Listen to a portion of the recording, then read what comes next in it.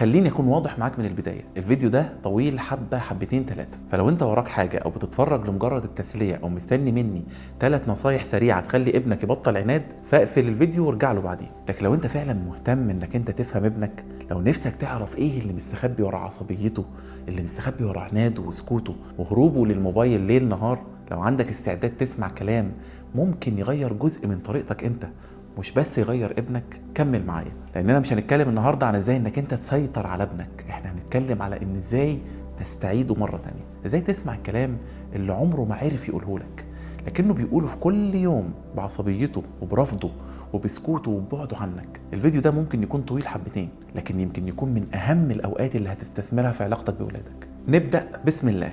في بيوت كتير الاب يدخل يقول لي ابني عنيد او بنتي قليله الادب عمرها ما سمعت كلامي، تشوف كلامي رايح فين وتعمل عكسه بالظبط. طيب خليني اقول لك جمله مهمه جدا، مش كل طفل بيقول لك لا هو بيعنيها او بيقصدها، ومش كل طفل بيعند بيتحداك، ومش كل طفل صوته عالي قليل الادب. احيانا الطفل بيعمل كده لانه ببساطه مش لاقي لغه تانية يقول لك بيها ان هو مش كويس. احنا كاهالي بنشوف السلوك، بنشوف الزعيق ونشوف العناد ونشوف رزعة الباب ونشوف الإهمال ونشوف الكذب ونشوف التمرد. في اللحظة دي المفترض إن احنا نقف كده ونسأل نفسنا سؤال، هو الواد ده بيعمل كده ليه؟ بيحمي نفسه من ايه؟ هي البنت دي بتدافع عن ايه؟ الطفل ده ناقصه ايه؟ البيت ده فيه صوت عالي ولا فيه احتياج عالي؟ فيه تربية ولا فيه ضغط متغلف باسم التربية؟ فاكر مرة ولد دخل مع والده، الأب كان متضايق جدا ومتنرفز وقال لي يا دكتور ابني مستفز، كل ما اقول له حاجه يعمل عكسها، مش عارف اتعامل معاه ازاي. المهم خرج ودخل ابنه، الولد بصيت له كان ساكت، كان وشه جامد، لكن كان عينه فيها حاجه تانية خالص. سالته انت شايف بابا ازاي؟ قال لي هو مش وحش بس هو دايما شايفني غلط. قلت له يعني ايه شايفك غلط؟ قال لي يعني لو سكت يقول لي مش عايش معانا، عايش في عالم موازي، طول النهار قافل على نفسه الأوضة وقاعد جوه في أوضته. لو اتكلمت يقول لي اتكلم كويس وخليك مؤدب، لو حاولت اشرح له يقول لي نقطنا بوسكاتك يا ابو العريف وبطل جدال، لو زعلت يقول لي اهو اتقمص زي البنات، اهو حساس وعامل زي البنات. فانا بقيت اعمل اللي في دماغي وخلاص. هنا الاب كان شايف عناد، لكن اللي قدامي كان مش عناد، ده كان طفل اتعلم ان الكلام مش هيساعده، فاتكلم بجسمه، اتكلم بسلوكه، اتكلم برفضه، اتكلم ببروده وبعناده. السؤال مش ازاي اخلي ابني يرجع يسمع كلامي، السؤال الاصح هو ايه اللي حصل جوه ابني خلاه ما بقاش قادر ان هو يسمعني. لان احيانا ولادنا مش محتاجين مننا محاضرة، جهازهم العصبي دخل في حالة دفاع، وفي حالة الدفاع هيبقى هو مش حاضر انه يسمعك.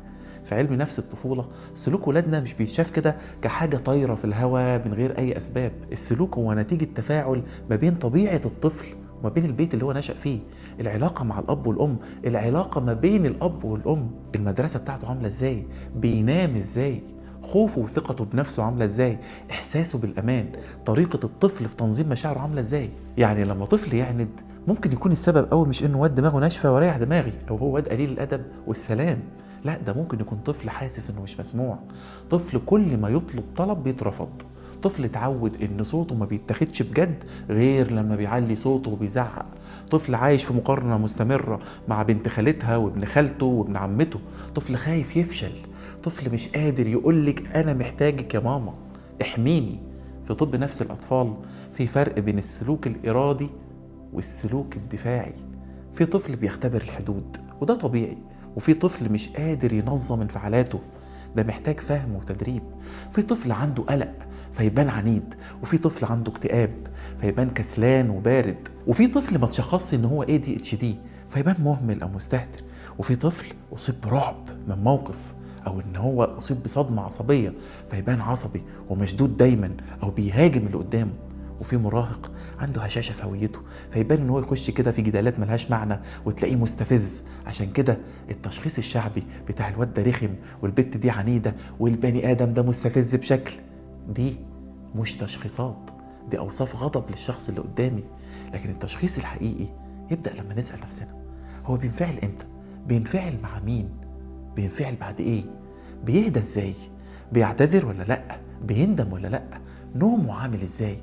ثقته بنفسه عاملة ايه؟ علاقته بالبيت اللي هو نشأ فيه عاملة ازاي؟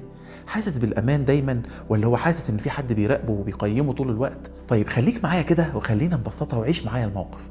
لما الطفل يحس ان هو متهدد، حتى لو التهديد ده مجرد كلمة جارحة، حتى لو كان نظرة احتقار، المخ يشغل نظام الانذار. اللوزة الدماغية تبدأ تقول لنا في خطر دلوقتي، فالجسم يدخل في وضعية من 4 وضعيات: يا يحارب، يا يهرب، يا يتجمد، يا يبدأ يراضي عشان الموقف يعدي. فالطفل اللي زعق كان بيحارب، والطفل اللي قفل على نفسه كان بيهرب، والطفل اللي سكت اتجمد وتخشب في مكانه، والطفل اللي وافق وهو من جواه مكسور كان بيحاول يراضي. وهنا دور الأب والأم مش إنهم يكسروا الدفاع اللي حصل ده، دورهم يفهموا الدفاع ده طلع ليه. التحليل النفسي الحديث يقول لك ورا السلوك معنى غير واعي، يعني الطفل مش دايما فاهم هو بيعمل كده ليه. ممكن يكون بيعاقبك لانه حاسس انك انت رفضته، ممكن يكون بيستفزك عشان يتاكد انك انت لسه بتحبه ومهتم، ممكن يكون بيرفض المذاكره لانه شايف نفسه فاشل قبل ما يبدا اصلا. في مدرسه العلاج المعرفي السلوكي بتقول لنا ان في فكره دايما ورا السلوك، يعني انا مهما عملت انا مش هعجب، لو قلت لهم صوابع ال10 شمع انا مش هعجب، هم شايفيني فاشل، لو سمعت كلامهم في كل مرة هبقى ضعيف، شخصيتي هتتلغي، أنا لازم أقاوم عشان ما تلغيش. لو غيرنا الفكرة السلوك هيبدأ يلين معايا. أما في مدرسة العلاج الجدلي السلوكي فبتقول لي المشكلة مش بس في المشاعر، ده في تنظيم مشاعره. في طفل مشاعره بتطلع من 0 ل100 في ثانية، مش عشان هو قليل الأدب، لأنه ما تعلمش إن هو يسمي الشعور اللي هو حاسه، إن هو يتعلم إزاي يهدي جسمه، إزاي يطلب احتياجه يطلبه إزاي، وإزاي يتحمل الإحباط لما أقول له دي هنأخرها شوية مش هنجيبها دلوقتي. أما في العلاج الأسري فبيقول لي ما تعالجش الطفل لوحده، شوف النظام كله. أحيانا الطفل بيكون هو أكتر فرد صادق في البيت، هو اللي بيظهر التوتر اللي الكل ساكت عنه، البيت اللي فيه صراخ وزعيق مستمر، اللي فيه نقد وفيه أب غايب، اللي فيه أم منهكة طول النهار، اللي فيه مقارنة ما بين الإخوات، اللي فيه خوف دايما من الفشل. بعدين نقول الطفل طالع عصبي ليه؟ لا، الطفل أحيانا بيحمل أعراض البيت كله. أما في نظرية التعلق فالطفل محتاج يحس إن العلاقة آمنة، ركزي معايا قوي في الكلام اللي هقوله، محتاج يحس إنه لما يغلط إن هو لسه محبوب، بس السلوك محتاج إنه يتعدل. أما لو الطفل حس إن هو مش محبوب إلا لما يبقى ممتاز، ساعتها الحب هيتحول لاختبار، والبيت هيتحول للجنة تقييم. في علم النفس الإسلامي الإنسان مش مجرد سلوك، الإنسان قلب ونفس وفطرة واحتياج وضعف وقوة وقابلية للهداية والغواية. القرآن بيعلمنا أن التربية مش قهر للنفس لكنها تزكية. ربنا سبحانه وتعالى بيقول وقولوا للناس حسنا، والأبناء أولى الناس بحسن القول. ربنا سبحانه وتعالى بيقول فبما رحمة من الله لنت لهم ولو كنت فظا غليظ القلب لانفضوا من حولك. لو القرآن بيحذر النبي صلى الله عليه وسلم من انه يستخدم الغلظة عشان الكبار ما ينفروش، فما بالك بطفل صغير او مراهق هش. الحبيب المصطفى صلى الله عليه وسلم لم يكن اطلاقا يربي بالاهانة، كان يربي بالرحمة وبالحضور وبالحكمة ومعرفة الفروق بين الافراد. التربية في الإسلام مش يكسر لها ضلع يطلع لها 1000 ضلع، التربية الأقرب للهدي النبوي افهم نفسيته وافهمي نفسيتها، قوموا السلوك واحفظوا الكرامة. أخطر خطأ شائع بيقع فيه الأهالي إن احنا نفسر سلوك ولادنا بسوء نية، اتأخر يبقى مستهتر، سكت يبقى عايش في عالم تاني، انفعل يبقى قليل الأدب، فشل يبقى هو ما بيجتهدش ومش عايز يذاكر.